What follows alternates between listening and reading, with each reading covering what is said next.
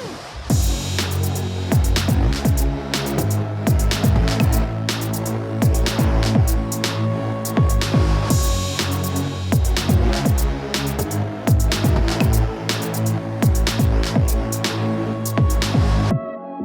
to the Buried Dreams podcast. I'm your host, Elle Morris. This episode, we have Juston Case, a film director in Dallas, Texas. He focuses on themes surrounding love and heartbreak, and most of his work is centered on process. Juston's creative extent is seen in film, photo, exhibit art, and creative direction. Enjoy.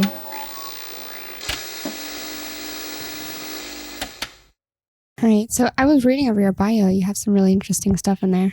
Yeah, I had to, it actually kind of gave me a good opportunity because I needed to make an EPK anyway. So I was like, fuck, I need to like actually write an artist bio for myself. What is an EPK? Electronic press kit.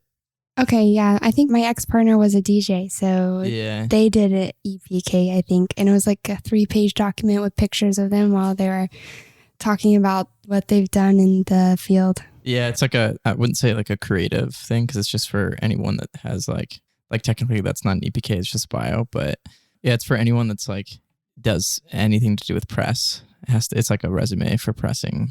So it has like a bio, photos, usually analytics or statistics about like their social like media stuff. And then that's what an actual EPK is. What kind of stuff are you pressing? So like, what do you need to press for? like my work. Definitely. To get jobs? Not necessarily, but like I've had like press stuff done like through Kodak. I had a Kodak interview and a press done for a project. So I was supposed to send them an EPK, but I didn't. So okay, that makes sense. So it's for people who are going to promote you or, do news articles about you. Yeah, pretty much. What kind of news articles have been made about you? Not many. Very, very limited. I'm kind of jealous. No, I want to start getting more active into it because my partner does writing, and so on and so forth. And so she works in that field, but she's like, when she wanted press for certain things, she would actually like send an EPK plus a write-up for what she's trying to get pressed for to certain like publications. So like either like D Magazine and local or like things that are more like Texas based or more. So she's been like Texas Monthly, but she sent them like an EPK plus like, hey, this is what I'm doing and I'm trying to get pressed for this or like awareness of this. So like, so you would send it out to people. It's funny that you're saying this because on my ride home from work today, I was thinking about like, what if like an artist is not being reached out to by news sources or places to promote yourself? Can you just send in your EPK and your information and what you've done and ask for promotion? Yeah, you should be doing that. Yeah. That's what I'm saying. I should be doing it, but you should, like a lot of people don't. I think one of the biggest things is like, well, I guess we'll talk about today is just like process and how you earn more clients and like shit like that with your work and stuff. And a big thing about that is like, you can't expect people just to fall upon your work or your page and who you are. You need to kind of like also give people the chance to find who you are, which is like promoting that. Yeah. How much emphasis do you put on your social media? Not as much as I probably should. I do work with like digital marketing. So like I'm really good friends with all digital marketing people. A lot of my work is like not the creative side of things, but the things that I work with companies specifically for is like the creative plus the creative marketing. But a lot of that comes down to controlling, how, like for me, a big emphasis on that is like controlling how my work is seen, like the presentation of it and like building that world. So promoting it and getting it promoted and like focusing on those things are really important.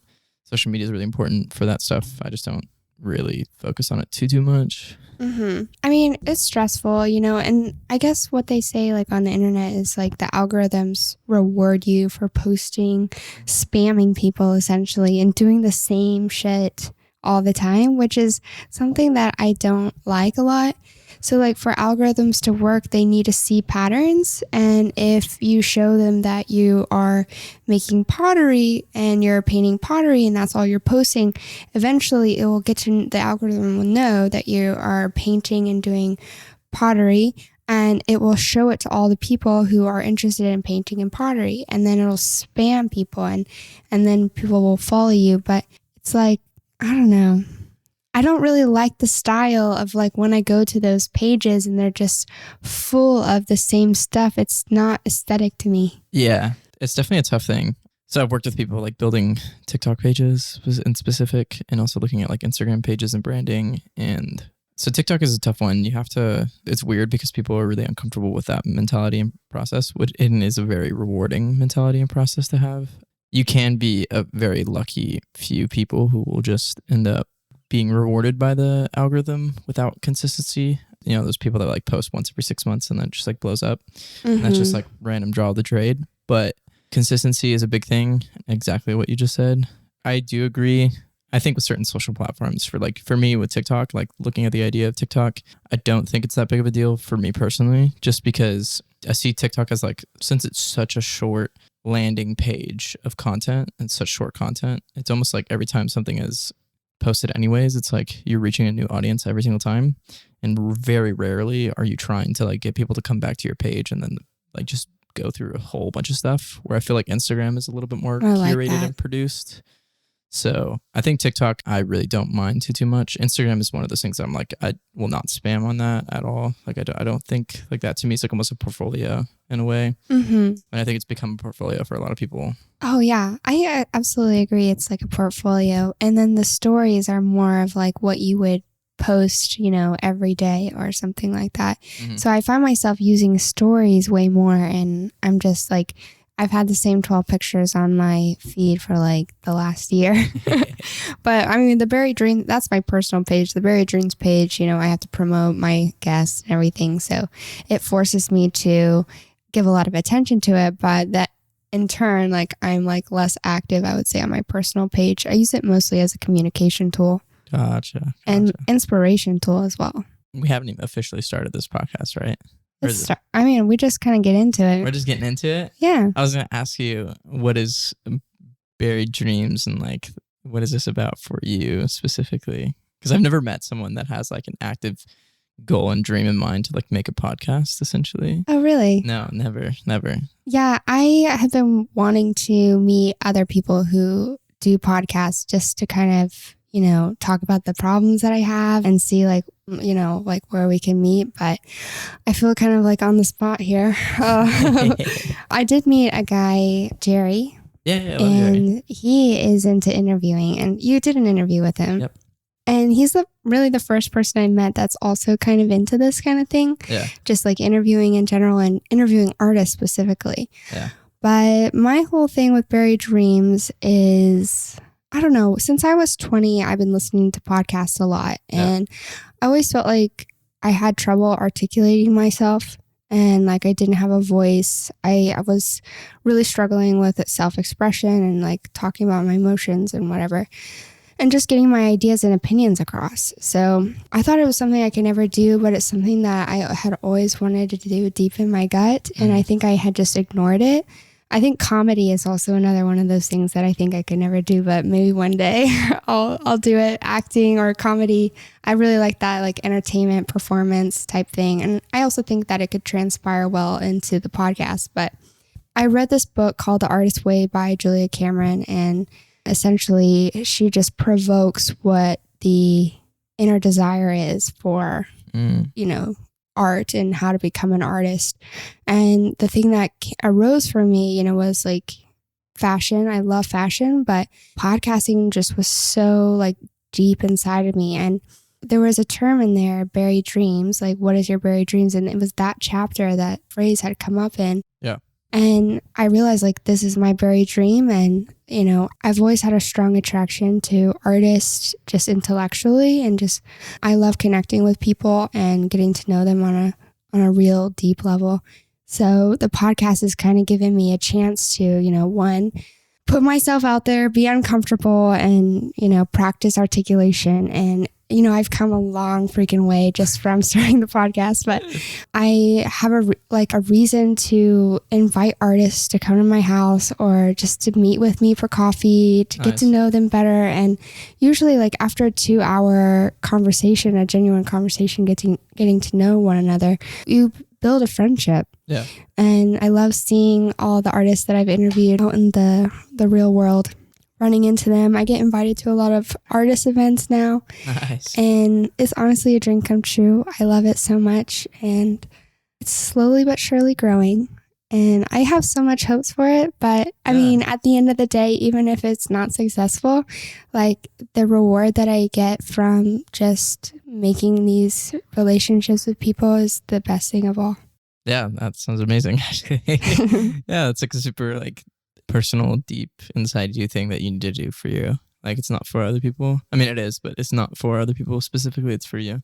It is for me, like really deep down. I mean, of course, it's my baby and I love it so much. So it's like when you have a kid, you want everyone to think your kid is cute. But I mean, it's not always the case, but I hope that it is. And I know that like with time, I'm going to get better and better. And there's new ways to grow. And my favorite thing about the podcast is that it gives me a lot of freedom. So I can like do creative direction with like photo shoots. So I can partner with some friends that do photography. I can come up with, you know, the moody, dreamy, buried dreams aesthetic and come up with ideas within that framework and execute.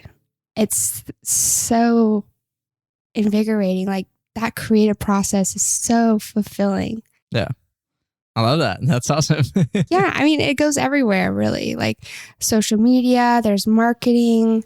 I have to get into videography to start video casting the podcast, and I'm going to start vlogging. So it's just like learning all that stuff. I mean, it's just like there's so much freedom within like the Buried Dreams brand. Yeah, you're taking it by storm. Yeah, dude. It's been like what?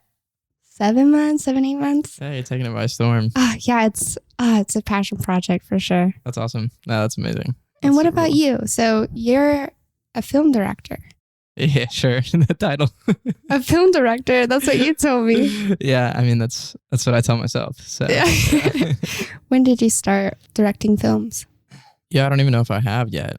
I started because I wanted to be a YouTuber. I don't think that's weird. I don't think it's weird either. I also have a lot of shame attached to becoming a YouTuber because I'm going to be launching on YouTube soon. Yeah. So I feel weird about it, but hey, let's not have shame. No, I wanted to start off of that. It was like, for me, it's just like creating. I was like really interested in just creation, just creating things and creating videos. And YouTube was the living space for that. So it started in that. And then, yeah, I don't know. I just like grew into creating more. I feel like a big thing in like film world is like everyone starts off of like, I was 5 and I had a camera and I started making things. That was not me by any means, but I always had like a super vivid imagination and I was like very storytelling based. And so for me, like I wanted to make content and then it went into like content creation and then it like slowly turned into like exploring different realms of video stuff. And then how old were you? Maybe like 13, 14. 13 or 14. I mean, that's young. Yeah, yeah, for sure. Like I definitely am. I didn't just like pick this up last year, but yeah, I know it started in that realm. And then I really didn't seriously get into wanting to be like an actual director until I was like a senior in high school, for sure. That's when it was like, man, maybe I should do this like video thing for real. And then it took a couple of years to like dive through the whole videography world and stuff. And I was like doing a lot of one-man band things, which is very... What are one-man bands? So like in a production, you have all these different roles, and a one-man band is just like someone that does majority of those roles, if not all, which is a very common thing in like the video world for people that are not like doing larger production work. And I started in that world of not doing larger production work. Like I was working with great clients, but I wasn't doing like, 30-person crews and so. You were doing it all by yourself? Yeah.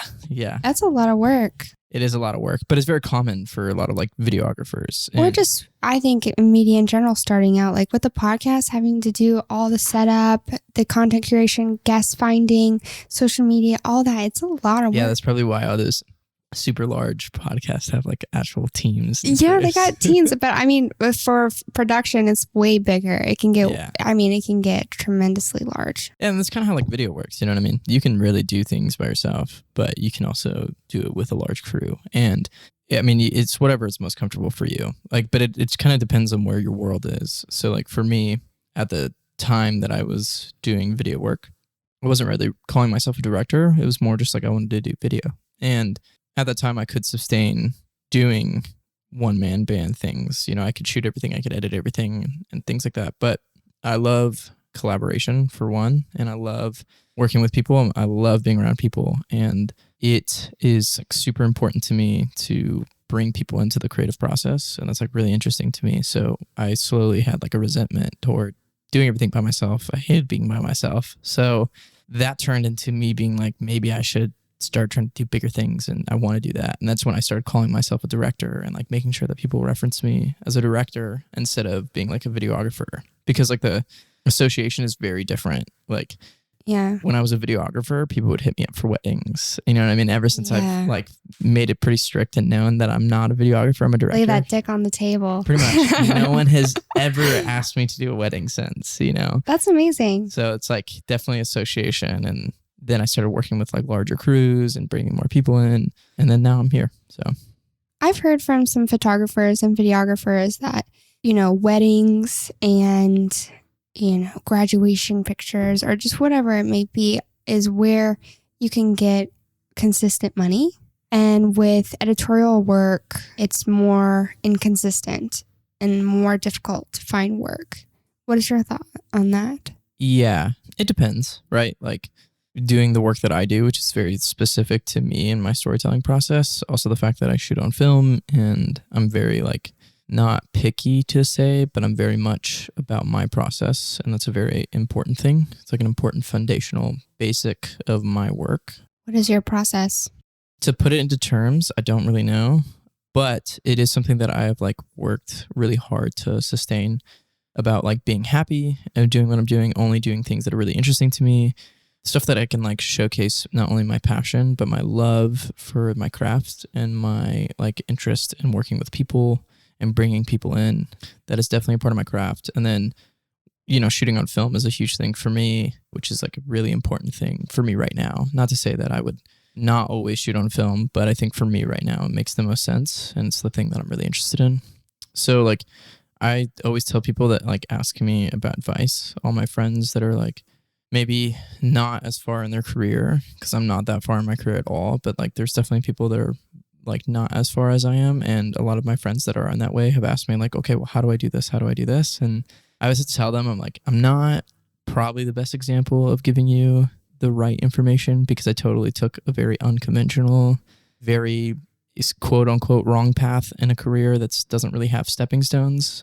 I like really did not do the thing that I was supposed to do, which is like either growing from like a smaller ratio of being like some small subset on set, like being a PA or something like that, and surrounding myself with sets and then growing through it. I like just dove right in. And then also like from the start was like, nah, this is what I'm going to do. And so like when I went full-time freelance, like I had like maybe one or two clients, but I had like only things that I was interested in, and I didn't take anything else. So like I was really diving into the deep end, being like, okay, I'm going to sustain my life and career. Hopefully people hire me, because I'm not going to do anything else. Like sure, I'll do like one-off little jobs that have nothing to do with directing for like shits and giggles, but I will never put my name on something that's like not what I am. And that's really hard to do, like very difficult. Well, yeah, you have to survive. Very much so. How did you survive? Were you just like, do you think it was luck, or do you feel like, I feel like you have some sort of confidence and certainty in yourself. And when you exude that energy to people, that certainty about yourself, that confidence in yourself, people think you got it all together. I mean, you can fool anyone. Really, Yeah. people, I read this book by Malcolm Gladwell, and it's been years since I read it, but I think it was like, people don't know that you're lying. If you tell people a bold-faced lie and you have the bold face, people are likely to believe you. You're more likely to trust people. So if you go in there with that full confidence and that bold face on, and you're not taking anything less, people will, believe that. Yeah, it's definitely, man, there's a lot to say on this topic. First two things is, I think the two ways that you can sustain a career is be a salesperson or let your work talk for you. And so if you can't let your work talk for you because you're either not at the stage yet or not enough people are seeing your work. You're a salesperson. So for me, that was like, I was selling. I was constantly talking to people and networking. And it is that, like, another big thing is like, how can you grow in this career? So like money and financial stability, not only for the personal creator, but for the client that's hiring you is a very big deal. Like, right, there always has to be some sense of like ROI. Someone has to return something. And so a client, you know, if you're doing a $10,000 video and you want to do a $30,000 video next, how do you get a $30,000 video? Well, a lot of times clients it's like that age old like fucking meme that everyone has. It's like a job that's on, you know, asking for experience in the job. But it's like, how do I get the experience into like the job? Like, Yeah.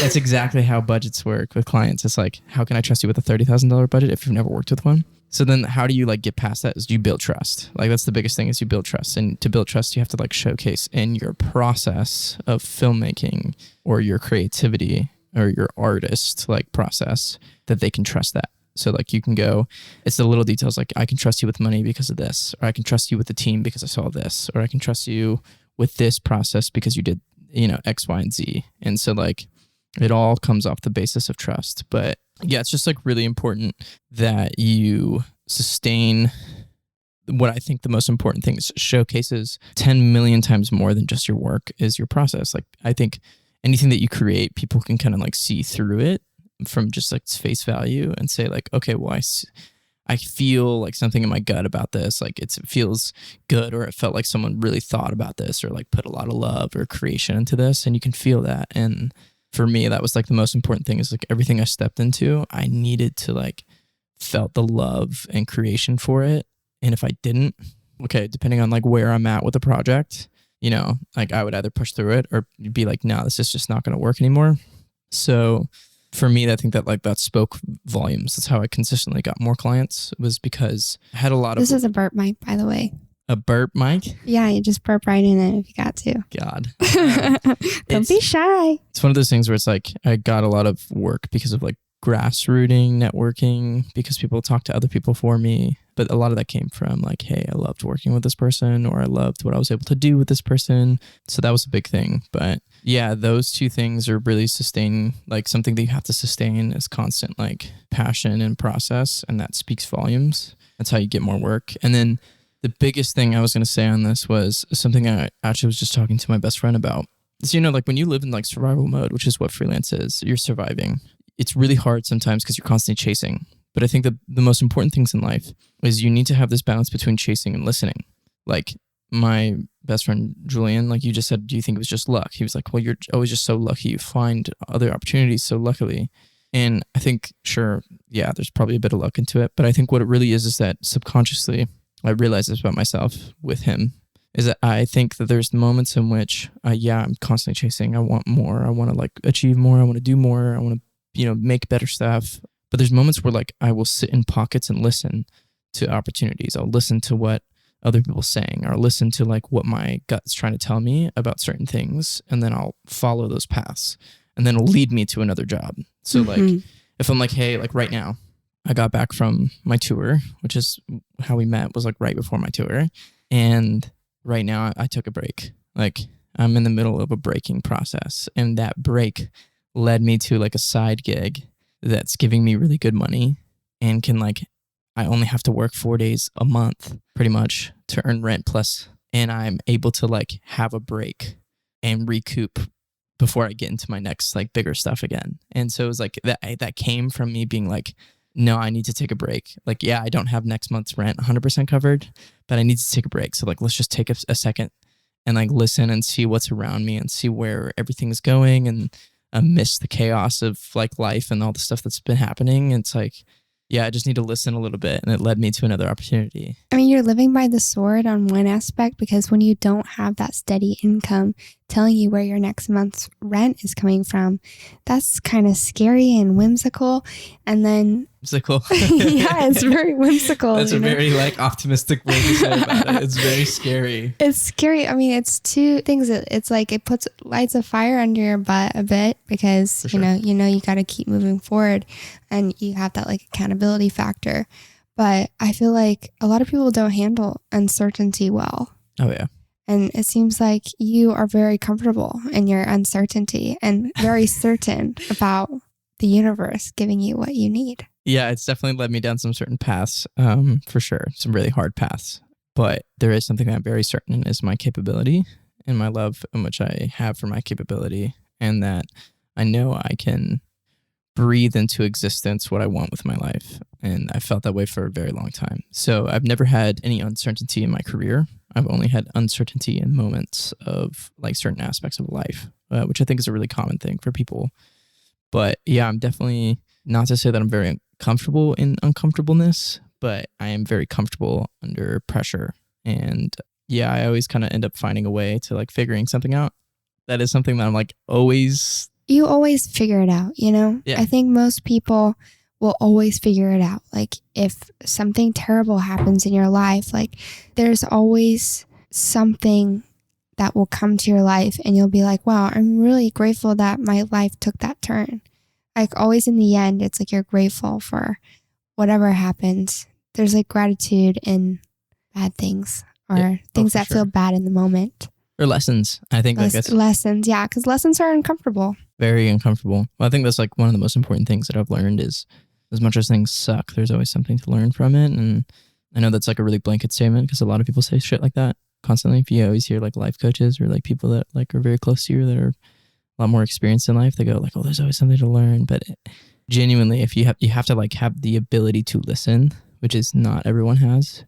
And I may suck at listening to conversations from time to time, but I'm really good at listening to life and what like things are trying to tell me. So I think that's what actually has really helped me through the growing process of my career, and also like finding more work or sustaining this career because I've been like freelance for maybe like a year and a half now. You know what I mean? And I've had like maybe like 2 really hard months in that year and a half. Everything else I've like been able to really, really be comfortable. And 2 really hard months is like, yeah, like I have enough for rent and that's it. And so. Do you have a credit card? I mean. Yeah. All that stuff.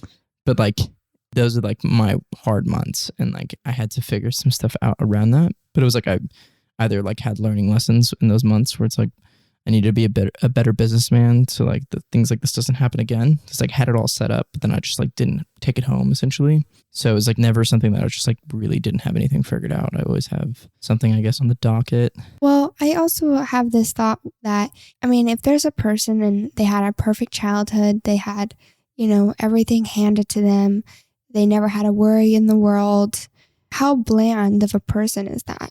I think when you struggle and you face suffering growing up through your whole life and you're able to overcome it and learn something from it, that gives you depth. And that depth gives you sense of humor. It gives you, I don't know, it just gives you empathy for others. It makes you think and makes you develop opinions and, have emotional and intellectual intelligence. Doesn't make sense, but yeah, so I hate suffering, and I think we all as humans are avoiding suffering, but it's inevitable, and there's so much beauty that comes from suffering. Agreed. Yeah. Very agreed. Yeah, no, 100%. That's like something that like I'm interested in talking about always. Like it's something that I'm really keen on, and yeah, I think so. Absolutely. I think there's like the most fun in life too is not suffering, but learning. Either from the sufferingness,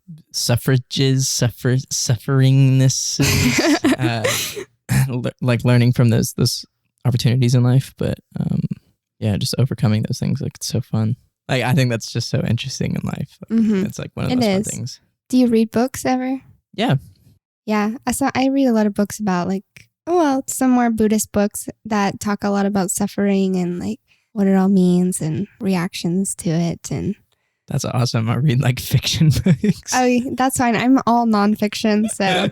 I read like The Hobbit and stuff like that. You see, like I'll read fiction books, but they're just not interesting to me. Like I'll get through them or whatever. Everything okay? Yeah. I have my emergency bypass ringer on for like certain important people. So every time I get that ding, I'm like, all right, I need to check it real quick. Oh, that's smart. I don't have that on my phone. Do you have an iPhone? No, I have a Google Pixel.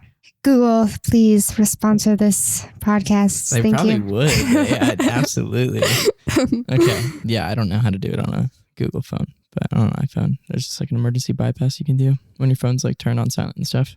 I have it for like my mom and stuff. Yeah, there's so many little gadgets or just little buttons that you can do. And I'm just like, oh, I got other important things on the to-do list. I'm not going to go through my settings. I mean, there could be something on my phone that I absolutely hate and it annoys me every day and I just won't even change it. I just live with it. Yeah, I just live with it. That speaks a lot. That speaks volumes. I have much more important things to do in my life than worry Suffer. about my phone. And suffer. Yeah, my phone suffrage. I want to go back to when you said you take a break with your work in between jobs. How important is that to your creative process? I don't know yet. We'll see, because this is the first time. Oh. I'm a workaholic, but I'm like a workaholic. So we'll get very deep here. Very deep. I have like maybe like a mild, let's say like a mild case. I don't even know if that exists really, but like, so I have Asperger's. In my case of Asperger's is very like a keen and over intentness. So it's like putting all my eggs in one basket. So like when I'm intense about something, I'm intense. Like work is my number one thing. Like I'm very intense about wanting to work and I'm really interested in it. And maybe that's also helped me with a lot of things in life. It's like a blessing and a curse. So this is the first time I've actually like realistically took a break from trying too many things. And of course I'm still working. I have a lot of work that I'm doing on the mental side of things and also just like things I'm catching up on from the past couple of years and conversations that I've just needed to have with myself and other people. But this is the first time I'm not just like immediately onto the next thing, which is what I would consider a rest or a break. So we'll see. I think it's really important. I do think that rest is one of the most important things you can have. And again, it's that same mentality of like listening. Like you just need to listen a little bit sometimes. And I've had a really big problem with that for my life. So yeah, I would say that I also struggled with not listening. I was just do. And yeah, sometimes I wonder if I am on the spectrum because I'm very like motivated more than like people usually are. And I can be like really lazy too, but like I get hyper extremely focused on also like perfectionism, almost like getting everything to be the most perfect that it can be. And if it's not perfect, it can really make my brain like spiral out of control. yeah. So I don't remember where I was going with this, but You think you have TISM? TISM? TISM. I have. That's what I call it. Were you tested for it? Yeah. I was literally like the first thing I got as soon as I came to the States. Was it like, they do the questionnaire, right? I was like, I did the questionnaire at home. And then Yikes. I was like, I was like right on it. No, you just self-diagnosed TISM. Yeah, I'm self-diagnosed. I didn't get diagnosed by the doctor. Anyways, I think, you can be diagnosed. And I also have this weirdness about me where I genuinely love people. Yeah. And like sometimes I'm fucked up on my social cues. Mm. Because like I'll be like really genuine with people. Yeah, no, you seem fine. And then, yeah, but like I feel like many people on that level of genuineness. Yeah. I can understand where you're coming from. Yeah, I think I might have TISM. I don't know. I mean, I'm not worried about it. I mean, I just... I'm worried about it. You're worried. You're worried about my TISM. No, I think that I'm just Elle at the end of the day, and I might have my quirkiness. Put some respect to that name. Yeah, I have some weird quirkiness, and yeah, it was especially apparent when I recorded my first vlog, and I was like, why didn't anyone tell me I was a fucking dork? That's good. I'm like, I'm so weird. I was like watching it back. I was like, cringe. I wanted to ask you if you have any like cringe-worthy treasures on the internet. Oh, for sure. Come on now. Absolutely. You started when you were 13 or 14, so I feel like there's a gold mine out there. It's never stopped. This morning I recorded a video to Sweet Escape by Gwen Stefani. You recorded a what? A video, like a lip-syncing video. Oh my gosh. Did you post it on I almost did. Oh, you should have. It's never stopped. Yeah, like one of my first videos. Make sure you like, subscribe, and ring the notification bell for more content. For more content. More lip-syncing content to Gwen Stefani. I definitely have like really embarrassing things. Like on Facebook, I have like me singing Baby by Justin Bieber, and I have just tons of shit. Yeah, absolutely. I'm a fuck. I'm a crazy, weird dude, and not a weird way, but I guess, yeah, like the same thing that you just said. I have a lot of quirks and do stupid stuff. You can't take yourself too seriously. No, absolutely not. Especially when in this career path, there's a lot of serious ass people in this career. People are really cool. Yeah. That's exactly how the coolness is just so strong sometimes for me. I'm like, oh, it's just too cool in here. I can't. Yeah, I gotta go. Get me out. Get me out. Get me out of here. It's too cool. Get me out. Yeah, it's like that, or you have like super, like my spec, I have a lot of like, because like, yeah, directing is a big ego thing too. You have like people that are like very used to being in charge, so they have an ego. And they also think they're like the next creative messiah, so there's an ego. And you're constantly competing against other people, so there's an ego. And then when you move down from directing, there's like the people that you're working with, so people like Grips and Gaps and Sparks and things like that. And then you work with like a lot of older people, and so they have egos, and so everyone's super serious. And sometimes I'm just like, I don't know, like usually my go-to thing on sets now is like have a morning meeting or like starting meeting with people on set. I just like go ahead and tell them like, or like, yeah, last set that I was on, I had master degree students from Baylor at a set in Waco, and I had them as interns on my set, and they were older than me. And Holy shit, they're calling that's me like so amazing. They're calling me Mr. Case and stuff. And then as soon as I showed up, I'm eating it up. As soon as I showed up, I said, "Hey, by the way, I knew you weren't expecting me." Walk the fuck in. You're calling me Mr. Case. I was like, I just want you to know, don't ever call me Mr. Case, for one. Call me Justin. Call me Justin. And two, we're gonna have fun and like we're gonna enjoy it. And then yeah, so like a big thing for me now too is like when we're setting up, I always like throw Sade on. It's like a big thing for me to play Sade while everyone's on set. Just What's that? You know who Sade is? Oh, Sade. Sorry. Yeah, I know Sade. Sade. Yeah. Throwing some Kiss of Life. And, yeah, dude, I love Sade. I'm bumping to her on if it's like a nice day, it's like really cool, 75 degrees. I'm bumping some Sade and just driving through the city. That's very specific. Your tism is coming out. That's very specific. You know, one thing I really like to look at when the leaves are rustling. Yeah. I can't. Every time I see them, I'm like, ugh. That's how I feel about grass. Like tall grass does tall that. Grass doing it. But there's something about the trees going like, yeah. And you can just see that they're just so elegantly brushing against each other, and it's just the ultimate sign of presence for me. Yes, that's visual ASMR for you. Oh my gosh! Even the sound of it's like. I love that. Yes. The trees are telling you to shut the fuck up. They indeed are. Yeah. So like every video I post, there's gonna be a little clip of trees just rushing. You'll know it's from me. Yeah, I love that. That's awesome. That should be your recording sign, where it's like the first thing when it hits on, it's ding. It plays throughout your entire house. Buried Dreams podcast is recording. That'd be great. Yeah, I love that idea. That'd be so good. Yeah, everyone's too serious, so that's a big thing, and I'm like very keen on just like enjoying the process, making sure it's really enjoyable for people, especially because like Dallas, like doing work in Dallas is very corporate-y in a way, and I've done a lot of. I only do things that are just completely the fucking opposite of that. Mm-hmm. So when I bring people on sets, it's always about like trying to do the most like fun or belligerent shit. Like last year, I dropped 40,000 blue pills out of the sky onto a car, and that was a challenge. But also just like every single person from a plane. No, it was like from a big drone ladder thing. 40,000. Oh. Yeah, we just dropped them. That's interesting. What was the concept there, or the context? It was a music video for this artist, and the song was called Taste of Blue. Adderall? Yeah, pretty much. So, oh no, not Adderall, it was Molly.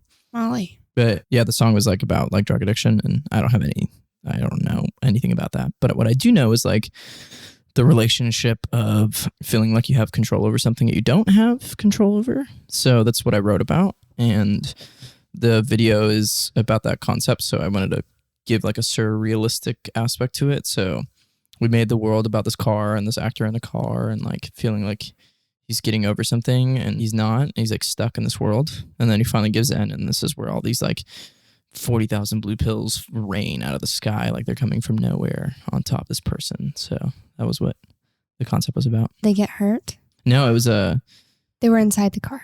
Yeah, but the car was open. Do you know like those empty gelatin capsules? Mm-hmm. Yeah, we used those. They're super Oh, squishy. they're Yeah. soft. Yeah, they don't hurt at all. Sometimes it's like you have the concept in your mind and then you have to execute. And then once you look back at the footage, you can say like, oh, that turned out right or that turned out wrong. But I feel like with these pills, you only have one shot. Yeah, pretty much. And how did you make sure that it was a good shot? Prep and plan. That was a really fucked set. So that like I like did way too much in way too little time. I also did way too much with way too little money. So it was like an $80,000 concept easily with like 2 to 3 nights of recording that I did for $25,000 in one night. And something ended up breaking, which ended up spiraling the whole set off. So I had to like sacrifice a whole bunch of stuff. And so even that shot wasn't specifically the way that I wanted it to. So that project was like, I have a lot of grief with that project because it was like something that could have been something really great. It's still good, but isn't like the greatest thing it could be and what it was supposed to come out to. But yeah, you just prep plan. Hopefully your experience or the people that you surround yourself have enough experience to like get the things that you need to get to make it good. It's about failing. You know what I mean? Like you should fail sometimes, and that's how you learn how to like cultivate a better process. Or what like, did you learn from this process in particular? yeah, so like this is another business thing, which I will not talk too much about because it's a lot and it is definitely private. So it was a business thing to make sure that I handled my business better. Second thing is like to understand more of like how long or quick things take, right? So this was like a 30-person crew. You're recording in one night, and it was like clockwork that needed to happen to make this happen the way it was supposed to. If I didn't want to go overtime, which we did because of the things that went wrong, that was out of everyone's hands. It needed to work perfectly. I had like a 5-minute margin of error, which we went over by like 4 hours. So the first thing I realized is like with things like this, I'm going to stop shortcutting myself, which was a big thing. I'm like pretty good at like stretching things into smaller things. Terrible statement to say that with, but I'm really good at like stretching things to make things happen within smaller means. And I did that for this, but this is where luck and I think skill has come into a lot because I've been able to skillfully do it and get it across and not come out with a lot of consequence. This is the first time that I came out with a lot of consequence and went wrong. The idea is when you are in control of a concept creatively and you have a lot of money on the line and you have everyone there and in liability to make something that's really good. You're the leader. Yeah. You have to like try to control that margin of risk to reward, right? Like you want to do things that are really risky that have a high reward, but you don't want to do something that is like so risky that if it goes south, it just completely collapses. So this is one of those things I do a lot of risk to reward things. And this is one of those things that like, I paid the consequence, but I learned, I can like manage that. Maybe I don't need a 30-person crew to do this. And maybe I can cut this crew down to 10 people and do it in 2 nights instead of 1 night. And that would have helped me. You know what I mean? That would have solved a lot of issues. And I didn't need all these people if we would have just taken our time. Like things like that. Like you can kind of manage this stuff out. But it's just like we're really good people that you surround yourself with, like really help solve these things for you. Like really good producers, really good executive producers, really good assistant directors and ADs and production coordinators and things like that. Like these are the people that can kind of help you like figure this out. And this is also something that like through the process of creating and constantly creating, but like constantly creating at a very high level for what I'm doing, it's like forced me to learn a lot of lessons that I think it would have taken me years to learn if I didn't do it the way that I did. So yeah, I learned a shit ton from that project. Absolutely. I always learn so much from fucking shit up, and I hate that I fuck it up, but because I have like a weird complex with like failure. Yeah. It's something I think, in the 20s you have to learn. You get out of the parents' cocoon and yeah. Wait, how old are you, Elle? 20. I turned 27 on Sunday. Wow. Congrats. Thank you. That's amazing. Yeah. So you fly out of the bird's nest and maybe you fall down, drop to the ground and die, or you fly and you fly. Yeah. Man, I had some close ones. Definitely. Nice. But the 20s have been like there's so much to learn, and I know I'm still like just learning so much. Yeah, you're here. Yeah. You're always going to be learning. I'm always going to be learning, and yeah. And you know what that means? That's like, I think even learning is uncomfortable and learning brings suffering. I agree with that, but I also disagree. I guess it can go both ways, right? No, I disagree. I agree with what you said. I disagree with not, like being uncomfortable. I love it. I love the suffering of learning. It's like one of my favorite things in the world. Yeah. It's so interesting to me. I mean, it's suffering though, but it's like you're kind of sadistic about it. Yeah. Yeah. It's like tattoos. Well, Yeah. I don't know if you have tattoos, but like you kind of like love the pain in a way because you get something in the end result of it. Yeah, I am a huge learner. I love to learn. I love school. I love going to college and grad school. And I kind of like picked this thing up from scratch. I knew nothing about recording shit. I just picked it up and here it is. Branding, that was the whole thing to learn.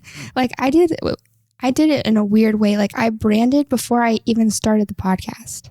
Yeah, but it seems like most people just get started and kind of fill it out, and then they kind of develop their brand from like what they learn and like how they feel. But I went right in there. I knew exactly what I wanted. I think that I'm also kind of like very sure of my thoughts and ideas and visions. And so I kind of just felt I knew like the vibe I wanted to portray. And I feel like I'm really like capturing like what I want to capture or just show people. Sick. Yeah. I love that. I love that a lot. So cool. It is so cool. So cool in here. I gotta get out. It's so cool in here. I gotta leave. All right, thanks for listening, guys. I'm out. Yeah, no, that's so sick. I love that. That's awesome for you. Yeah. Just in general, I think that's like a big thing that people should listen and to learn too. Like if you're listening and learning, learn it. Learn to like be just really interested in the things that you do. Also, it's just gonna like triple the amount of immediate success that you see in things and also I mean like success not in the conventional terms of success, but like your personal line of success, like how like fast things will grow or the things that you're like interested in or passionate about or like you like just the success in that, you know what I mean? It's a lot of internal happiness from that. One thing you said earlier, it was like you always follow your gut and like what feels right to you in that moment. And I always did that too. So I always like, if I felt like I didn't know if it was going to work out or not, I just was like, I took a class and I was like, okay, you know, like I'm kind of sad that I'm not going to be taking any more classes like this. This is the only class I feel like this about. I think I'm going to take another class, you know?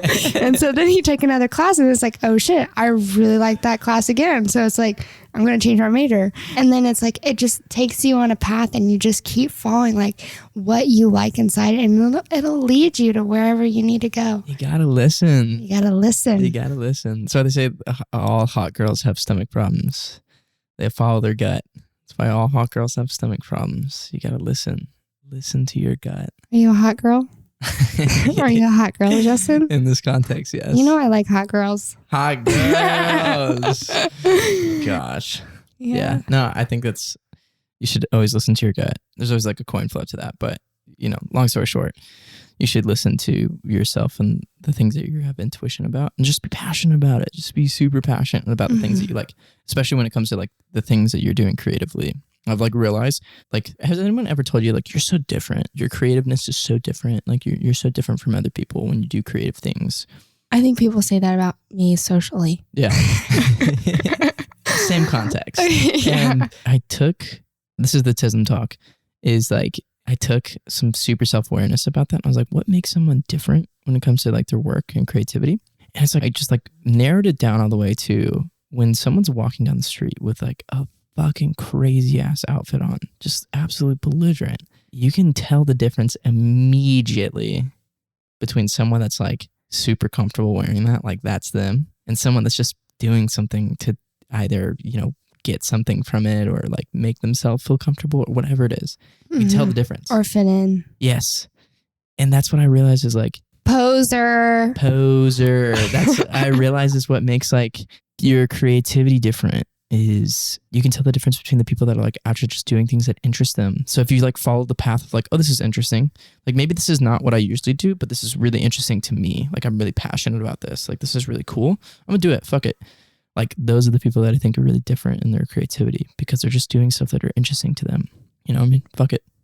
Like just be interested in it. And that's also what I think is gonna like warrant people's success more. Attention. Yeah. Fuck yeah. Warrant people's attention. Absolutely. Just makes people be like, oh shit, that guy's too cool for me. I gotta leave the room. Yeah. I definitely think, or what's your take on mystery? Like being mysterious as a person and as an artist, and how that can, make people want to know more about you. You know how there's those artists out there that are super mysterious, but then they're so fucking popular because they're just so unattainable. Mystery. It's all those cool people in the room that make you have to leave. It's just like, I'm not cool enough for this place. I'm not mysterious. Mystery. ASMR. Yeah, I don't know. I think it comes down to like personal preference. Like if you want to be mysterious, you can. Like if you're not really a person that's like open to being super open about things, I think there's like a benefit to it, right? If you talk about like social and economically, you can like benefit from being a mysterious person because people think it's like something they want to know more of. But you have to like be believable when you do it. You know what I mean? Like if you're not really someone that's like too mysterious about their own things, I don't think you're going to really sell anyone on the idea that you want to be mysterious. But that's also why like the age of vlogging was so sick, right? Like everyone like started falling in love with vlogs just because like you got so in depth with people. Mm-hmm. So it's like a coin flip. It's like the people that want to be mysterious can be mysterious, and the people that want to be super open can be open. But you just have to be believable in it. You know what I mean? Like the people that are successful vlogging are usually the people that are like want to show their life off, and people are interested in that. Well, just like I like watching people, and I also like to, people are like literally doing nothing. They could be like rolling around on the floor and then, just like walking outside their front door and then just standing in the sun, walks back in, goes and brushes their hair. And I'm just sitting there like, I think it's like interesting though. People love to people watch. And I think it's evident on TikTok as well. Like people will just get on there and just watch people just, did you just fart? I'm kidding. Obnoxiously loud car. Yeah. Sometimes there's like a Camaro that'll run down my street like really fast. Speaking of cool guys. Cool guys. Gotta leave. Yeah. I'm going on back in. Nope. Yeah, I agree. I think people watching is really like a big thing. I also kind of enjoy it myself, to be fair. I used to like vlogs. I don't really watch that stuff anymore, but like I do like people watching and just and life, to be fair. Mm-hmm. That's like I've definitely added to my catalog of things to do during the day. Let's just like be very observant around my surrounding areas and observe people. I do feel like something that I'm like really trying to get into is a lot more like writing and understanding concepts of other people.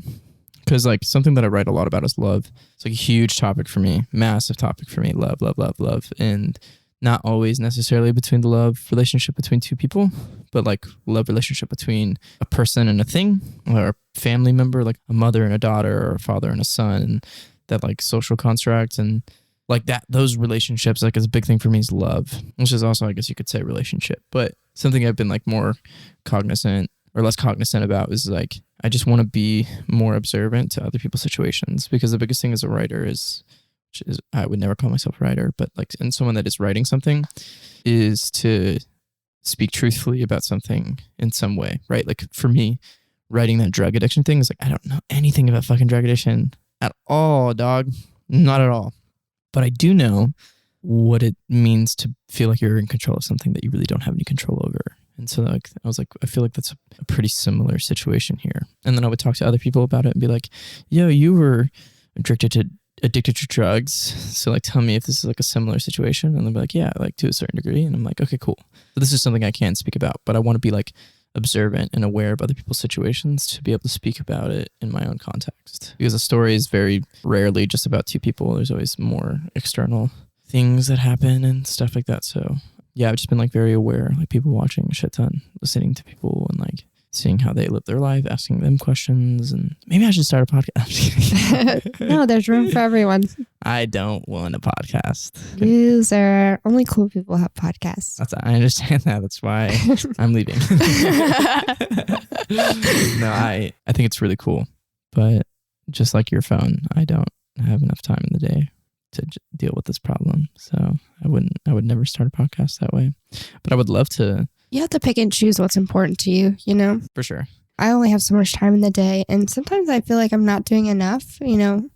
I feel like my friend Jerry, he just is getting it all the time. He's got a full-time job. I'm like, how do you do it, bro? Like, I feel like I can't keep up. Like, you're literally coming out with interviews like 3 times a week. I'm like doing one every like 2 weeks. if that, you know, if Yeah. like something doesn't come up and like it gets canceled or whatever. So, but it's my pace, you know. I think it's important to, there's two things I kind of want to ask you about is like the competition Yep. and just like respecting your pace. Yeah.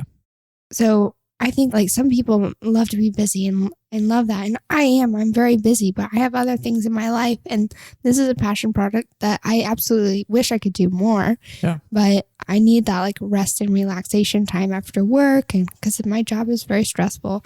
And What do you do? data science. Nice. Yeah, I work in commercial real estate.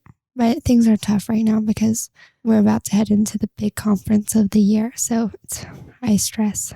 It really affects my emotions. I can, yeah, especially when like you're full time. So yeah, I feel like anytime that you devote something to 40 hours, maybe plus a week, takes a big part of your mental. Yeah, it's really a lot and I get burned out just because it's like I don't have the freedom to choose like what I do every day. Like if it was I'm trying to push for this at work where I want to, you know, be like free to, you know, I'm really good at finding solutions to things, and there's a lot of processes and systems at our work that are not up to par.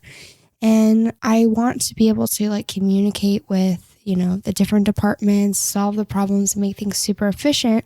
So the workflow just, you know, really is like maximum efficiency. We can work on things that are interesting to us. Yeah.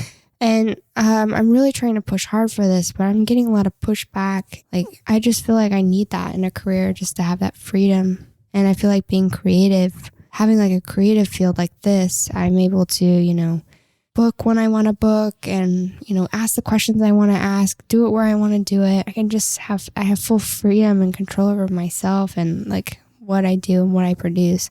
So I'm pretty envious of the artist life in that regard. But I do love the consistent paycheck. Yeah, I'm jealous of that. Yeah. Yeah, that was a big thing for me too. And I like worked a job that was not what I'm doing now. I was like, my mindset was always on like trying to bring the best foot forward to like efficiency and like bringing things together. Even if in like in my position, I was working at like a super small level job. I was always like the person that was like, I think I could do this better, and if we could do this way and this way. And I was like, that's when I realized I was like, man, I'm really not cut out for working for other people in specific. Yes, because I'm I was not like, good at that. I like, for me, it's just like I want to make everything as good as it can possibly be. And you'd think an employer would love that, but I think they would. don't. I'm like I know, like I said, I'm a perfectionist, so I want it to be like super efficient. I like see the solutions in the invisible air. Like I see them. Yeah. Everyone keeps talking about the problems, talking. Like, listen, I can solve your problems. Just give me the resources, you know? And they're like, no. They're just like, this is too fast. I'm like, it's been 6 months. Too fast. Yeah. That's what they told me today. It was too fast. Too fast. You're doing it too fast. Slow down. It's not like You're so too good funny. at your job. Yeah. That's funny. I'm just getting tired, man. Yeah, I'm sorry to hear that. Yeah, it's okay. I mean, I think, you know, I don't know. The grass probably isn't always greener on the other side either. Yeah, but at least there's grass sometimes. Yeah. I mean, sometimes new grass is better than old grass. What do you mean? Your rocky backyard seems great. Yeah. You just need to wear shoes. Hey, you always got to look at things in a different manner, I guess. Yeah. I'm trying to be positive and just try to get through the season because sometimes I like love it. And then sometimes I come home, my brain just feels mushed. like banana pudding. So yeah, I don't really know what I'm going to do, but I'm going to stick it out for a little while and figure it out. So You got this. I don't need to have all the answers. No, you don't. You're only about to be 27. I'm 27. I turned 27 last Sunday. Oh, okay, yes. 2 days ago. You're only 27. I'm only 27. I'm freshly 27. That's crazy. And look at this nice house. Yeah, that is nuts. Pretty nuts. I did it. You did do it. That's actually, it is really nuts. 27 and you're here. Yeah. And I guess now this ties me to my job even more and now I have to pay for it. Yeah. No, you'll figure it out. I'll figure it out. I kind of like the idea of like, you know, renting spaces out and then having that as your income to like be free to do what you want to do. You said you traveled a lot. Mm-hmm. You travel a lot. Oh, I mean, I travel for work and then I also grew up in Europe. So Yeah, you grew up in Germany. Mm-hmm. I love that. Thanks. I lived out there for a little while Yeah, where? in Münster. Münster. Yes. And then mostly in Portugal. Oh, I love Portugal. I lived there and I lived in Spain for summertime. Wow. In Cadiz. You speak Deutsch? No, I don't speak German. Ein bisschen? No. Do you speak anything else? Ich bin Liebe. No, I am love. I am love. No, I don't know. I said, what's the way to say Mein Name ist... Ich liebe dich. Ich liebe dich. Dich. Yeah. Ich liebe dich. Ich liebe dich, ja. You say, mein Name ist Elle. Yeah. What that would be your name is? What is it? Mein Name ist? Namen ist Elle. Name ist Elle. Mein Name ist Elle. Oh, mein Name ist Elle. Yeah, that's okay. I can see the way it's spelled now. Yeah. I feel like I'm like 66% German, so we're pretty much cousins. So I was gonna make this comment earlier, but I don't know. You grew up here, yeah, in the States. Mm-hmm. Is your parents like immigrants, or is your parents' immigrants? No. I mean, no. Some of your pronunciations are very European. I think that has to do with living out there for a while. Gotcha. I mean, I was living there during the pandemic too, so there was like years where I didn't see an American. Oh. I think in like 2 years, 2 years time of the pandemic, I saw 3 Americans. Wow. And so I was very like isolated with people who didn't I was living in a house with Brazilians and only like 2 or 3 of them could speak English. So that's crazy. I was like teaching them English in the bedrooms and they were teaching me Portuguese, yeah. Do you speak Portuguese? Survival, but it's been like 1.5 years since then. So like I would not put any money on me, okay? Do you speak any other language? Survival Spanish. So I can understand Portuguese and Spanish, like if someone's talking about their aunt and like their favorite color is blue and like, you know, they need to take the bus stop to this station and then, you know, take a ride at the supermarket and they need to pick up bananas on the way. Like I can understand that. But if someone starts talking about deep emotions and starts using like verbs that I don't know the conjugations of, then I can get a little lost, but I understand context at that point. Like I know people are talking about the president and then they're talking about how they hate this law. And then I just don't know what they're talking about. Specifics, almost. Yeah. And then speed, also a factor. If people speak really fast or with really thick accents, it's like... So it kills you? I mean, it makes me feel like I don't know it. But then it's like if I just saw the words on a page, I could like... Yeah. I could like read newspapers, if that makes sense. Nice. Okay. I speak very terrible Italian. Do you think you can... If I spoke a phrase, do you think you can get it? Maybe. Portuguese and Spanish and Italian are very similar. Yeah. Very similar. Say, I had an Italian boyfriend for a little while. Wow. Yeah. Let me not bring up trauma, if anything. No. All the Italians, just stay away from them. Così ho scelto di vedere anche solo mio italiano. È piuttosto brutto, ma è bello. So, only Italian, something beautiful? Nah. Bella is beautiful. Bello is Bello? good. Especially, I don't speak Italian very well. Oh, yeah, like... but I'm trying to.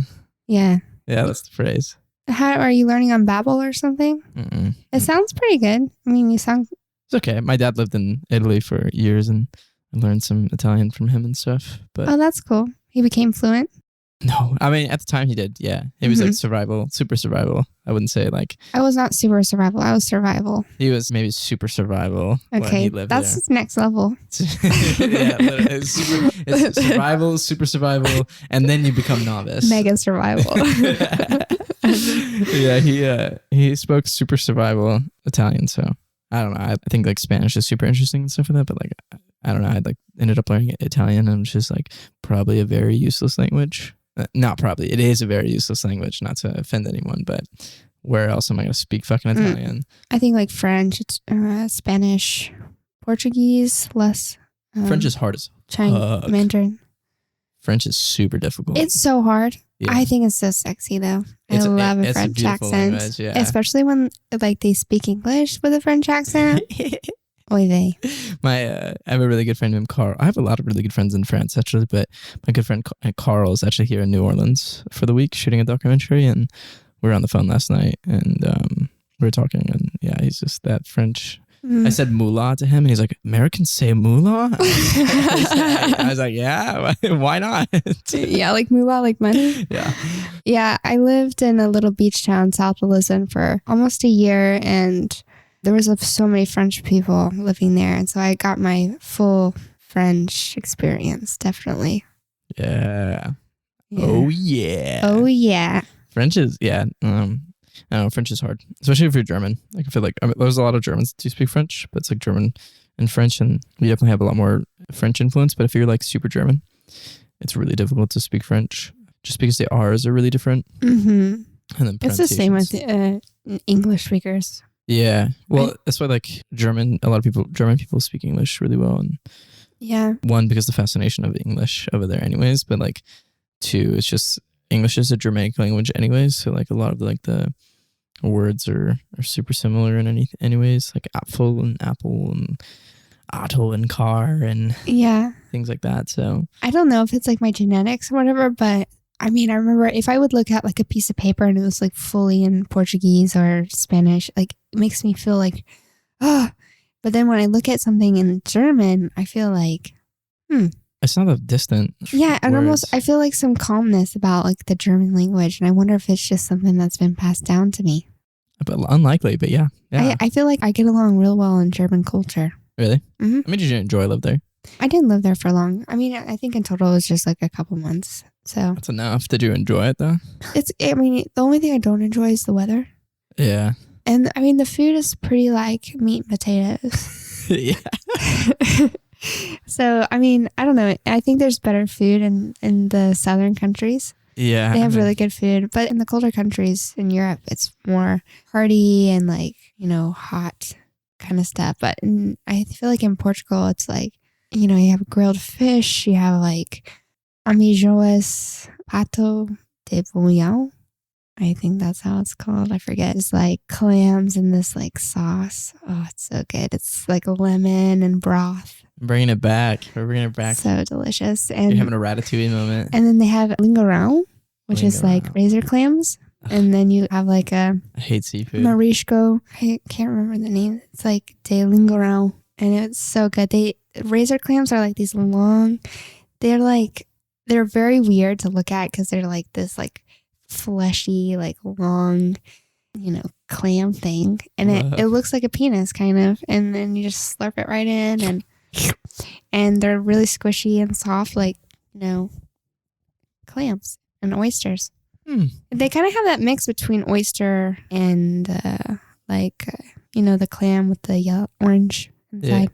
Yeah, I don't like seafood, but I'm picking up what you're putting down for sure. Yeah, well, they also have like pork. They have like pork with these French fries. I was obsessed with the French fries in Portugal. I'm obsessed with European French fries in general. I'm obsessed with mayonnaise. Yeah. I always call it mayo here still because I hate the word mayo. Yeah, I say mayonnaise. You say mayonnaise? Mayonnaise. I say mayo. Yeah, mayonnaise with pommes frites. Yeah, that's the shit. It is the shit. I never thought about mayo with French fries until living in Europe. It's a super German combo. It's a common. We'll take pride in that. It's a combo from the gods. Yeah. Genuine. And everyone looks at you fucking weird when you eat it here. Yeah, they totally do. There's so many things that I learned that I like when I travel. Well, so what brought you to Europe for lengths of time? I applied for, everything was related to school. So I was really curious and wanted to travel. And so I would, write essays and do scholarships and things like that. And it would pay for me to travel abroad. Beautiful. And so I was working out in Silicon Valley for like a year and a half. And I applied for this scholarship to go to Europe. It was in Portugal, Germany, and Spain. Sorry, I was sick recently, so my nose is stopped up. Yeah. I applied and didn't think I would get it, and I got it. And I was like, they paid me to go there. It's amazing. And they pay me every month to live there and go to school. That's awesome. That's sick. It was totally sick, dude. And it was a really good program, and I learned so much, and I cried so much because it was so hard. And really? Yeah, it was so hard. I was like I probably have talked about this before, but I was like one of 7 candidates that applied from Hmm. the United States. And like the other countries are, I mean, third world countries will apply to this program because it's for international relations with the European Commission. And so the best students in the country will apply so they can come to Europe and, help their family and give their family a better life, send money back to their country. And so like I was in a program with people who were like, top-notch students from their country. And I'm over here like this American one of 7, Yeah. and they like their mentalities were so different from mine. It was a really amazing learning experience. I mean, reality check, learning experience, a growth adventure and everything. And I got one of my best friends out of it. She's from Sri Lanka. We live like total opposite lives, but we just like bonded together. We lived together for a lot of time during the pandemic and cooked curry every night and went grocery shopping together, studied, and I love that. she's my wife. That's amazing. Yeah. That is amazing. It was an amazing experience. I mean, I've lived with so many different types of people from different parts of the world and worked with them. And I mean, that is such an experience. Yeah. It's super difficult because, everyone has like a different way of doing it. But I think it's really good to shatter that mindset of like, there's one way to do it because everyone does it in a different way and they all get it done. And so to learn that, things can get done in different ways and there's always a way to figure something out. Like there's always a solution. And I don't know, especially like with like, data science and stuff like that. It's like, you might run into problems, but it's just, I don't know. I think like through that whole experience, like I learned like a resourcefulness and like an adaptability. And I stopped trying to be in control of everything and be more patient and just let the things come that come. And it's like one of the things I'm most prideful about being that I grew up in Europe was that experience. I think like that comes from people who travel and like get otherworldly experiences because there is so much culture and diversity out there. And that also like exactly what you said is so many ways to do things differently or so many ways to like be open-minded to life.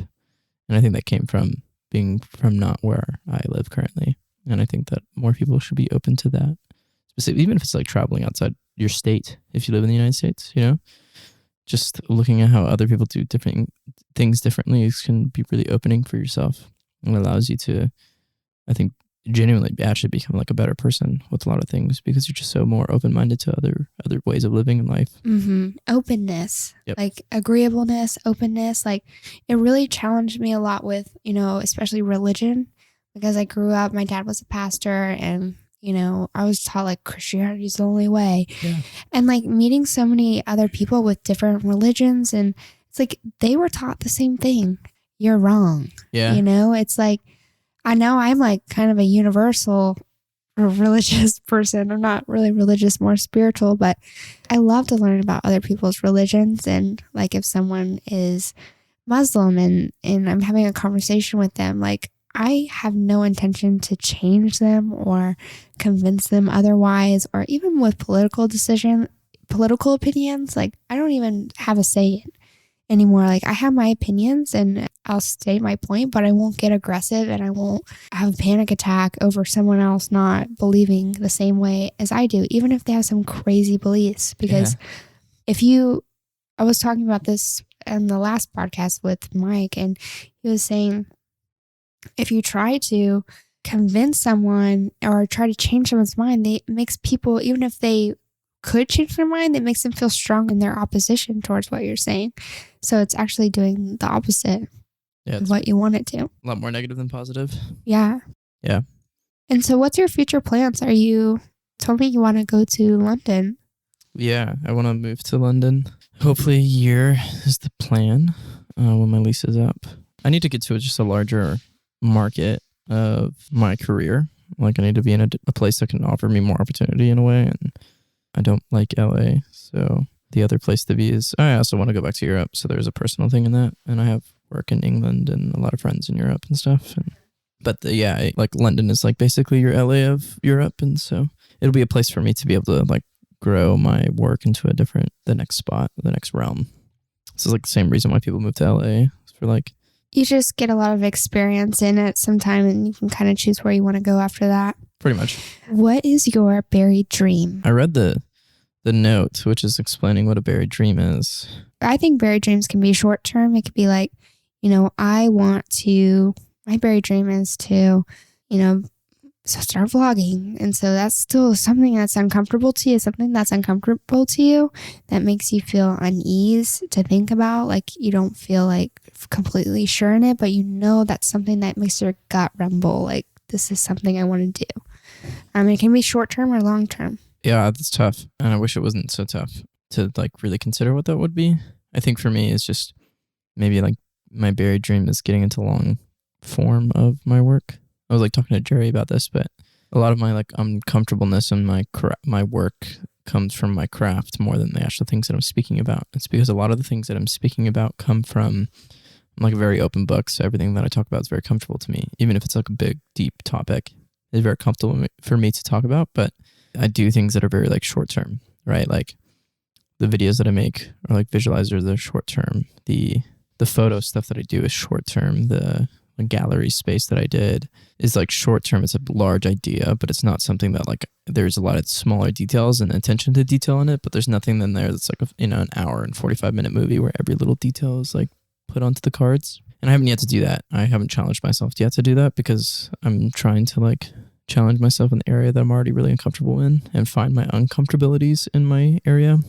But that comes from my craft. Like I'm uncomfortable with my craft in certain areas. Like I started shooting only on film. I was comfortable with film, but not comfortable like that. And then I'm starting to get a lot more comfortable with shooting film in that area. So it's like I find uncomfortability in my craft, but I really want to find uncomfortability with the topics that I speak about and get really deep about the little details and the things like that. So like I have this concept for a photo book that I'm working on, which is bringing directing to photography instead of just always doing video and stuff, which is like building out characters and doing like a portrait series with these characters, taking different models and completely transforming them into something different, but like a very believable, authentic character, and providing a story for them and having like a before and after. So like I have someone and I'm doing like a before and after of like the Vietnam War with someone as a character for a portrait session. And then I have someone, it's like the idea for it is like not focused on the shooting style. It's like very similar, just a super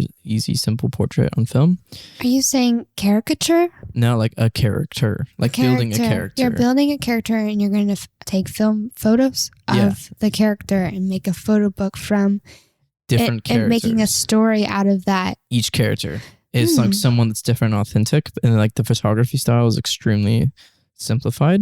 Are you going to write along with that? Yeah. That's like write a story? 100%. So like I said, I have someone that's like, the idea also with it is to like, as I'm working with like Brian on it and stuff like that, but it's like to completely transform someone. So like I want to take someone and then completely transform them into someone else that feels authentic. And so like my best friend Julian, who's a model, I'm doing him, and we're doing like basically the book's layout will be like basically like before and after, or something of that cause. And the before for Julian is like before, like 60s 70s hippie, and then the after is him basically like as a young adult coming back from the Vietnam War. And then I have someone that I really want to do like in the 80s. I was just privy to this as something new to me, but there's this thing called the Clubhouse Kids.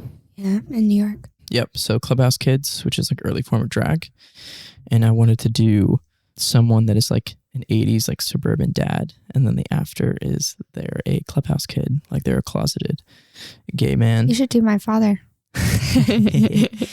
Wild. I would love to see that, honestly. It would give you so much satisfaction. Yeah, so like I'm taking that and then building out a character like that, and then I want to do like I'm a huge history buff, a huge history nut, so I want to take like realistic stories and then provide like authentic historical context. So I want to do a model, I want to do someone that's like a 1920s flapper and then do it on like social domestic abuse, and have someone that's like before and after a shift of being a 1920s flapper and then like having them be domestically abused, and being like that's the conversation, that's the topic. So then when I write a little article on this is what I mean by like listening to other people's stories, because I don't have any personal experience into this, but I want to not only be authentic, but speak truly and Depict. yeah, something as like passionate as I can without, being offensive or, like layman terms, like just be very surfaced with something that's like doesn't, like this is You don't want to come off as like tone deaf. Yeah. Yeah. I want to be like correct in the things that I'm doing. And so, but I want to speak people's stories. And so like as a director, I was like, oh, this is like a really sick practice. It's something I can do like very in the background and just like try and bring other people's art forms into it, like hair and makeup and styling, and like just, use my brain. So like I want to get deeper into longer form work that isn't quick satisfaction. Yeah. And just focus on the little details and building out these worlds and for people to really dive into and allow them to like live in these spaces. And as a director, I think that's what my job is. Like that's what I want to do with my life. So whether that's, film directing, which I love, that's my number one, that's my baby.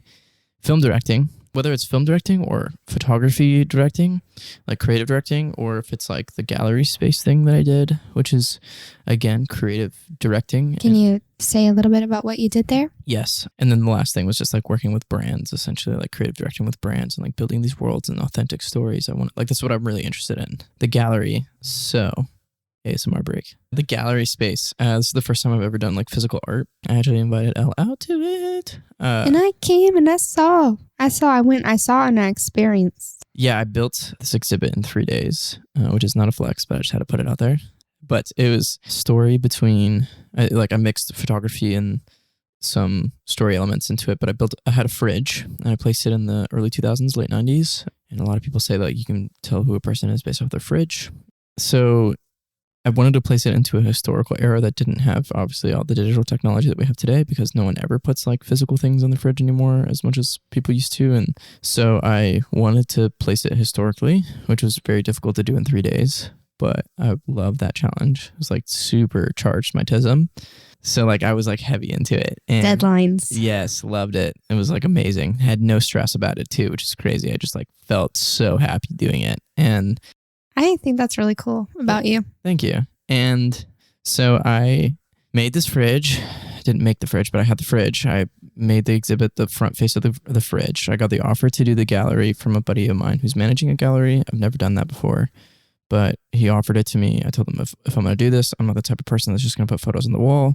I need to do something. He was like, look, I'll let you do whatever you wanted. It was like the golden words. So I was like, great. And I had this idea in my mind a couple of years ago, based off of the inspiration of someone else who does things not like this, but more like captures moments and times as a physical art person. I wish I knew her name. It's the same person I forgot in Jerry's interview about it. She's amazing. I will find the name for this, but she's amazing. I found her off of TikTok, and it was just like one brief thing that I saw, and I was like, oh my God, this is amazing. So I found the inspiration of trying to capture moments in time, world building. And I love this. It's like films, you world build, but like you kind of tell the audience where to like find things. Where this is like, I'm literally going to build a world, and you as the audience member, I'm going to present it to you how I want to present it to you. But you as the audience member have the choice to like depict and decide where you want to dive into, which is really interesting. And I love that. So I made the face of this fridge what this person's life is, this character. And so the character was based off of a real friend named Sarah. The exhibit was called Goodbye from Dallas, I Love You, which is something that I had on my mind for a couple of years since I moved to Dallas. But it's this character named Sarah. She's a lesbian. Ew. And she's a lesbian that lives in New York City. And she's dating this girl that's older than her that works at a firm. And her firm gave her the offer to move to Dallas. And so she moves to Dallas. There's a voicemail that plays which would never happen in real life. No one would come to Dallas over New York City. Absolutely.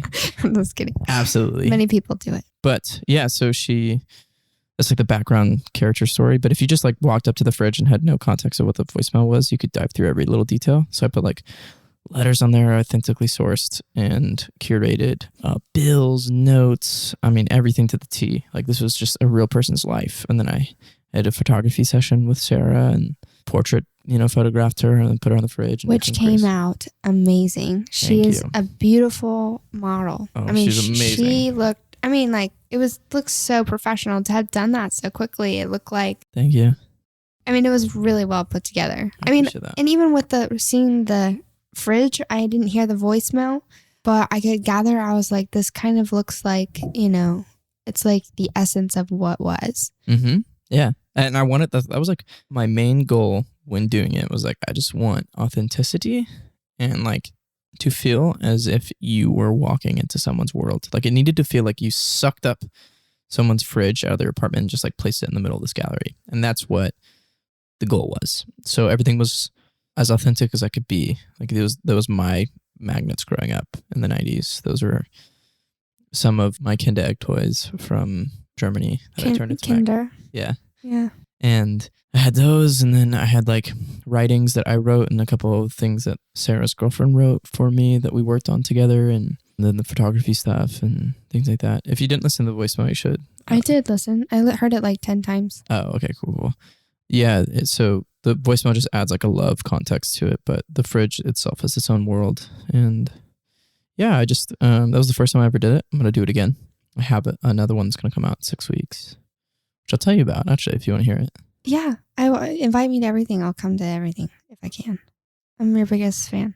I'm your biggest fan, actually. Yes. The next exhibit I want to do, which is very ambitious, but I want to make a whole bedroom set.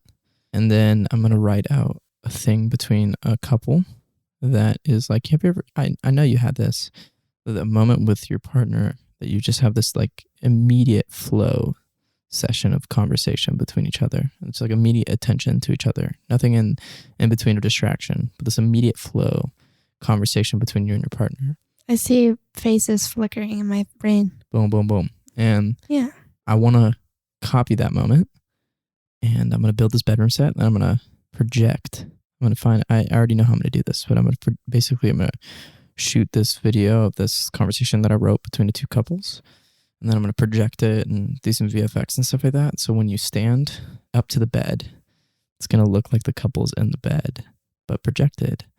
And you'll hear them having this conversation. And then you can look through the bedroom and everything will have its own details and everything to it. And like the wall, have like wall art of like that I want to do like some photography stuff and like build out all these little details. And, like exactly what the fridge was essentially. It was like, leave it all on the table, have everything there.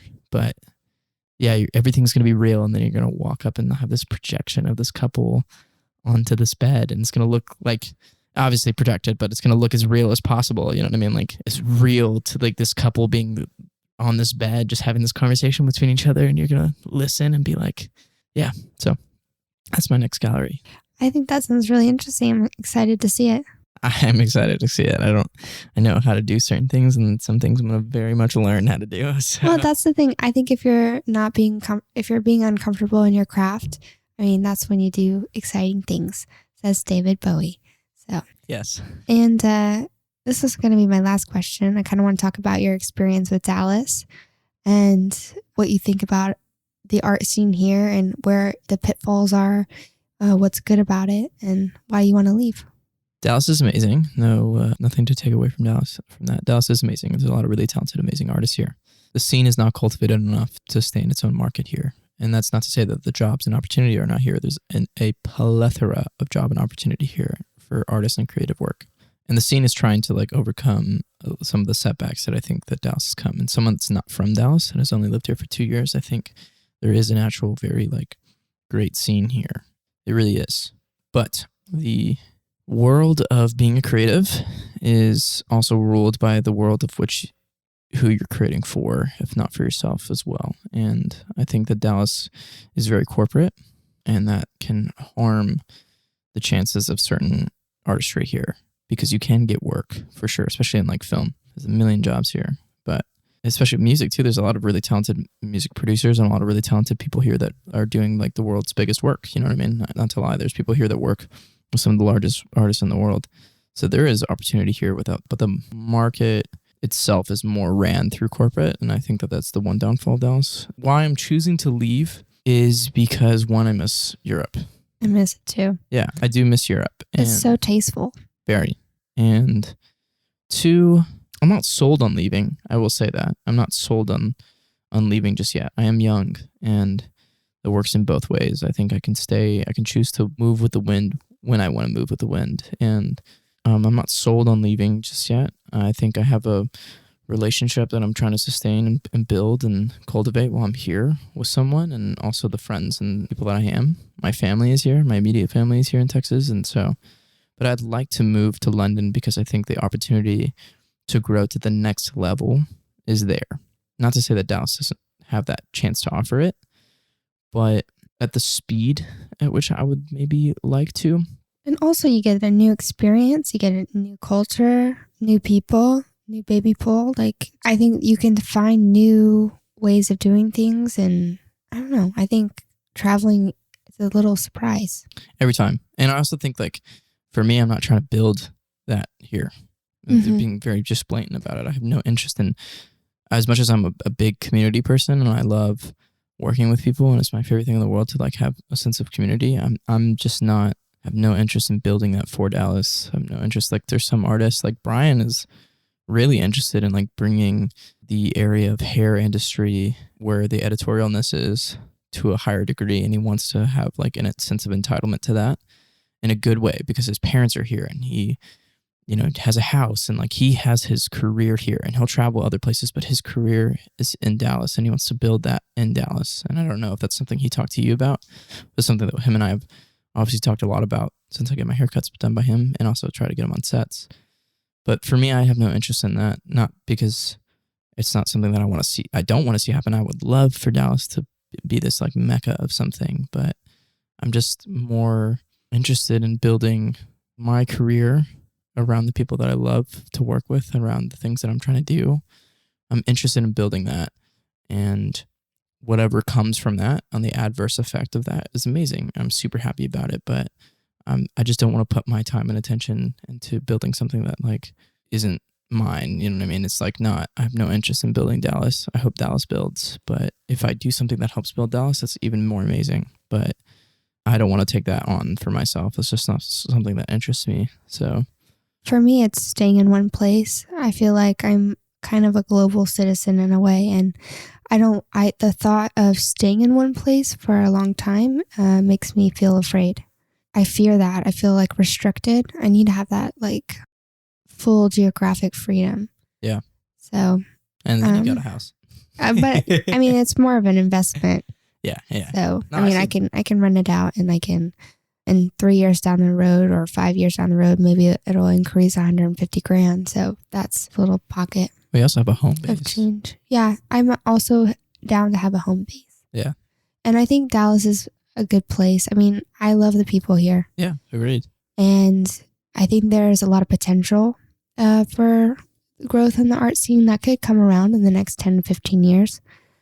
And I think since we're so early on in the process and the art scene is a little bit smaller, it's really easy to come up here. Oh yeah, the saturation of market is. There's no saturation in the market really. I mean, there's some maybe with DJs.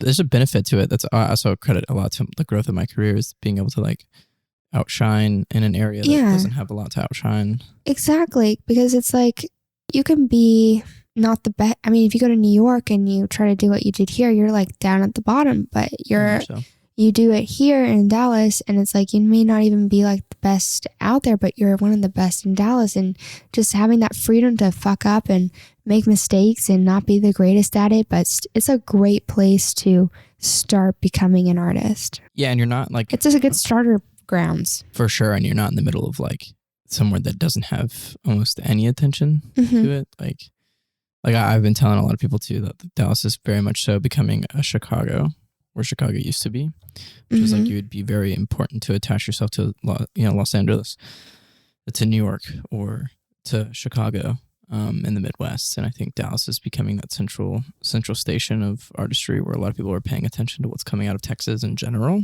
And I think out of Texas, is a buy factor of that for sure. But yeah, I think it's a great place to start your career. I actually had the chance to move to New York before I moved to Dallas, and I ended up, because of an ex, moving to Dallas anyway. But I'm very thankful for that choice that I made, because I think, who knows what would have happened if I would have moved to New York, and it could have been even greater for my career or even worse. But I mean, it would have been maybe not better or worse, but just different. Very different. But I'm happy that I did this. A different shade, you know? Yeah, but like I was able to learn the things that I've learned because of where I'm at now. Yeah, So, and you never know. But, you know, New York will always be there. And I think it's always open arms to newcomers. So, I mean, your time will come. yeah, I mean, I don't even have any interest in moving to New York anymore, really. Yeah. I wanted to. I want to be in Europe, I mean, honestly. Yeah, I want to move back to Europe. New York is a little bit too chaotic for me. I love the chaos, but Not for too long. I need a place to like kind of shut down. shut down. Yeah, I know. I love the chaos. I would thrive in New York, to be fair. But what I do like is the ability to breathe when I want to breathe, which is nice. And then also, I just miss Europe. It's different when like you grew up there and stuff. And that fact, which is like, I do miss being over there, even though I've definitely spent more of my time now in America than I have over in Europe. But the taste and the style are just there, you know, the culture, just people are just more classic, and I don't know what it is about it, but yeah, it's definitely you heard different. it here first. Elle hates fucking Americans. It's not true. I love America in its ways, but there's a lot of issues in America too. For sure. Absolutely. Which we won't get into because it's the end of the podcast. Absolutely. Well, thank you so much for being on, Justin. It was a pleasure to get to know you. And I wish you all the best luck in your endeavors. And I can't wait to see your new exhibit. Thank you so much. Yeah, this was actually a really enjoyable time. And good.